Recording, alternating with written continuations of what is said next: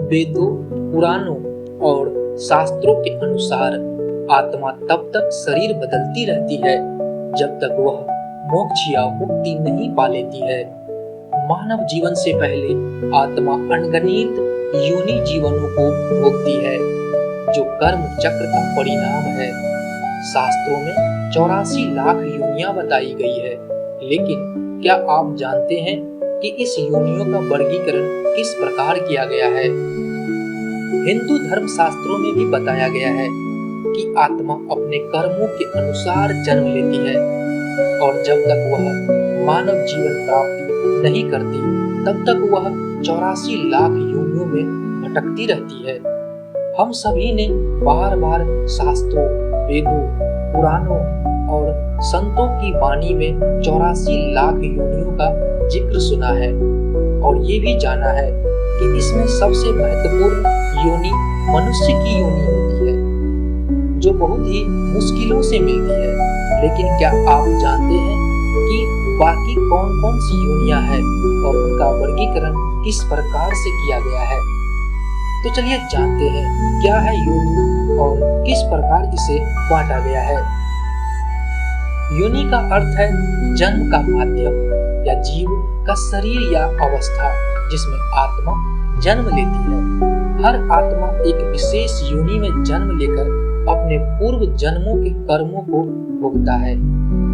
गरुड़ पुराण में कहा गया है कि आत्मा 84 लाख योनियों में जीव भ्रमण करता है, फिर कहीं जाकर मनुष्य जन्म पाता है। यानी मनुष्य योनि का मिलना कोटि कोटि योनियों में भटकने के बाद ही संभव होता है। शास्त्रों में यह भी बताया गया है कि पिछले जन्म के कर्मों के अनुसार आत्मा की गति तय होती है। अगर पुण्य अधिक है तो आत्मा को देव योनि, मानव योनि या उन्नत जीवन मिलता है, और अगर पाप अधिक है तो आत्मा पशु, कीट, नरक योनि आदि में चली जाती है। मनुष्य योनि को मोक्ष द्वार कहा गया है।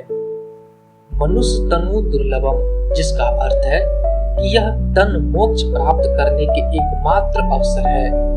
मानव योनि का उपयोग अगर ईश्वर, भक्ति, सेवा, सत्य और धर्म के लिए नहीं हुआ तो आत्मा पुनः 84 लाख योनियों में भटकती है। इसलिए ये आवश्यक है कि मनुष्य जन्म व्यर्थ न जाए, क्योंकि ये न सिर्फ दुर्लभ है बल्कि अन्य योनियों में आत्मा सिर्फ भोग करती है, लेकिन केवल मानव योनि में विवेक और मुक्ति की क्षमता होती है। 84 लाख योनियों का यह रहस्य न सिर्फ सृष्टि की विविधता को दर्शाता है बल्कि यह भी सिखाता है कि मानव जीवन कितना दुर्लभ और अनमोल है।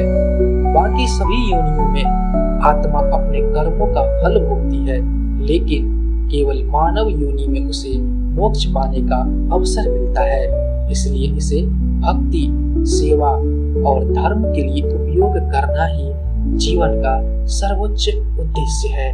जय श्री कृष्ण।